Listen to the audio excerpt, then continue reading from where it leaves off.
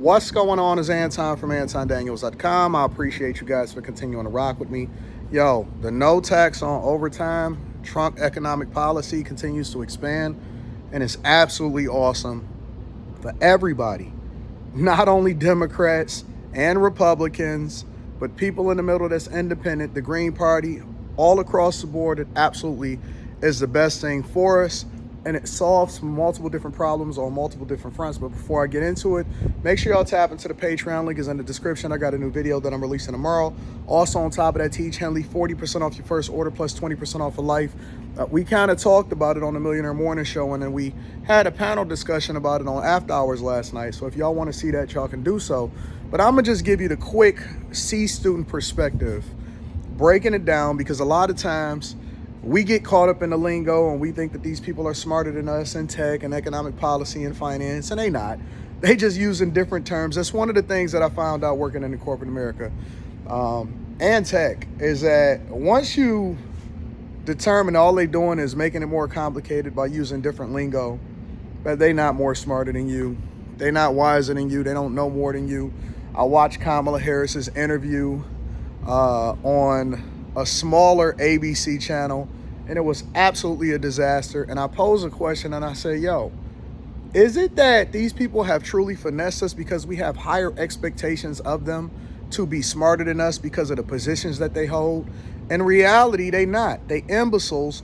And I even question who's really pulling the strings, not with just Biden, but anybody that's in federal government, because these people are imbeciles. I listened to Kamala Harris on that interview, and y'all can go and check it out. I'm not even going to do a review video on this channel because it's no substance, same talking points, and I was even able to predict what she was going to say before she said it. But Trump's economic policy compared to Kamala Harris's is light years ahead. And I don't even know why people would vote against their own best interests. Check this out. No tax on overtime. And it's not just that, but I'm going to break that down, and then I'm going to add in all of the other aspects of his economic policy to help you guys understand exactly what that means. So no tax on overtime means that once you pass 40 hours as an hourly worker, now obviously this doesn't apply to salary, and it shouldn't apply to salary because that's a completely different dynamic. And once you get into a certain tax bracket, then you need to be leveraging other tools, and maybe you should become a bag chaser, leveraging other tools in order to reduce your tax burden, okay? There are tools for everybody, not just for rich people. It applies across the board, and you can use them too.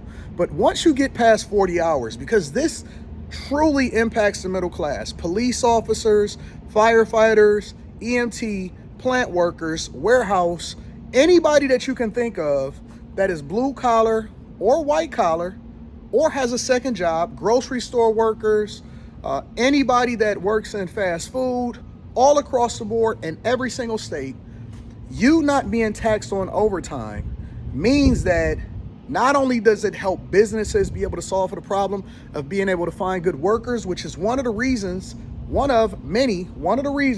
that they're continuing to have this migrant crisis, and it's affecting the United States of America, and now it's starting to affect small town USA, Springfield, Ohio, Aurora, Texas, in addition to the bigger cities like Denver, Chicago, New York, Boston. They were sleeping in the airport in Boston. Houston, they was one of the people that signed the letters. And so you don't need to bring illegal immigration, and I'm a heavy proponent of immigrating legally into the United States of America.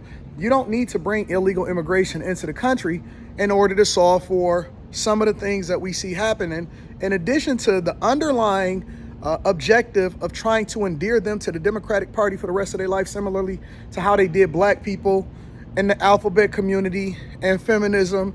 And so they're hijacking all of these movements, and they continue to find a new demographic of people that will then for generations start to endear themselves to the Democratic Party, even though they're not giving them anything.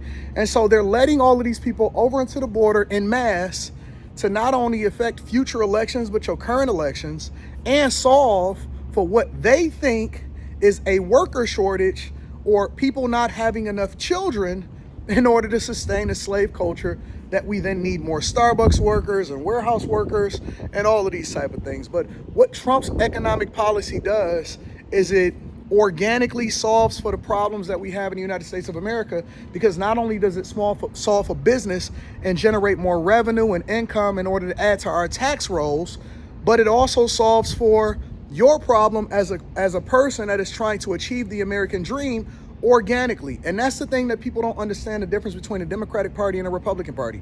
The Democrat Party want to endear you to the party by giving you just enough handouts that doesn't allow for you to really excel forward, but then is going to tax you egregiously if you ever get out of it. So it's similar to people that tried to get student loans, right? Or tried to get some form of a Pell Grant when it was coming up. Your parents didn't make enough money to pay for your college education, but they made too much money for you to qualify for a Pell Grant. So now you stuck between a rock and a hard place, and then you had to take out all of them student loans, which endeared you to the Democratic Party because you was begging them for forgiveness, which most of y'all didn't get in the first place, right? And so when you think about that and you say, okay, well, no tax on overtime, what would that do for the American worker?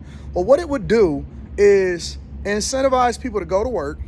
It would put way more money in your pocket, and it would allow for you to also circulate that dollar in your community, and also allow for you to level up and get some of the things that you need and add value into your life without asking for a handout from the federal government. Now, I don't know anybody that wants the federal government to continue to have their hand in their pocket.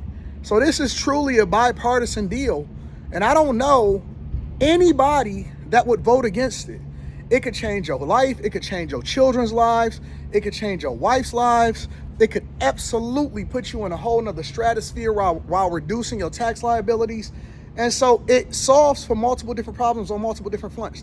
Now, you add in other aspects of Trump's economic policy, such as some of the stuff that Kamala Harris stole, like no tax on tips, no tax on Social Security, which that's already taxed and we paid into it. You know what I'm saying? And then also, last but not least, one of the things that I think is a true pillar of his economic policy, which is the federal government needs to be audited from the top down in every branch, because they needlessly spend our money and waste our resources on stuff that don't matter. We don't want more wars. We don't want to be participating in these proxy wars in Ukraine and Israel and Taiwan, right? We need all of that money to come back. We don't want to be funding the migrant crisis. We need all of that money to come back, and they need to be more fiscally responsible, which I don't believe that Kamala Harris or Tim Walz can be, because they have no private work experience. Every single dollar that they've ever made has come from you, the taxpayer. And so they don't know about fiscal responsibility. They don't understand economics. They don't understand financial literacy. Tim Walz don't even own a house, and he don't even have any stocks. You see what I'm saying? So think about what you're doing before you do it. Think about who you voting for. And men, lead your families. Stop having a house divided for a woman that's forcing you based off of her emotions to vote for somebody that's not even in the best interest of your family, while at the same time begging you to retire her. Begging, can she be a stay-at-home wife? I don't want to be paying for daycare. I want to stay home with my children. Okay, well, this is a way for you to do it. This is a real path forward by going back into the core of who we are traditionally, and then removing all of the barriers, because the government has just become an over-bloated machine that is swallowing up all of our money, and then it will force them to be more fiscally responsible while also reducing the amount of money that we got going into things that you paying for that they don't want to be responsible for. Think about it for a second. You know what I'm saying? Make sure you tap into the Patreon. Link is in the description. I'm going over a new video. And we got the real estate thing. I don't know what I want to call it yet. It's popping. In addition to Stock Club, in addition to the mastermind sessions, in addition to the meetups, it's absolutely awesome. Listen, I love you. I love you in real life. You know why? Because I'm going to inform you. I'm not about to keep giving you no handouts like the Democratic Party. I don't want to give you a fish. I want to teach you how to fish. That's really the name of the game. Teach you how to fish so you can be successful on your own. And then both of us can get to the money together, and we can empower each other on how we can be greater and more successful and get to this bag. I love you. I appreciate you. I can't wait to see what y'all say in the comments. I'm going to holler at y'all later. Peace.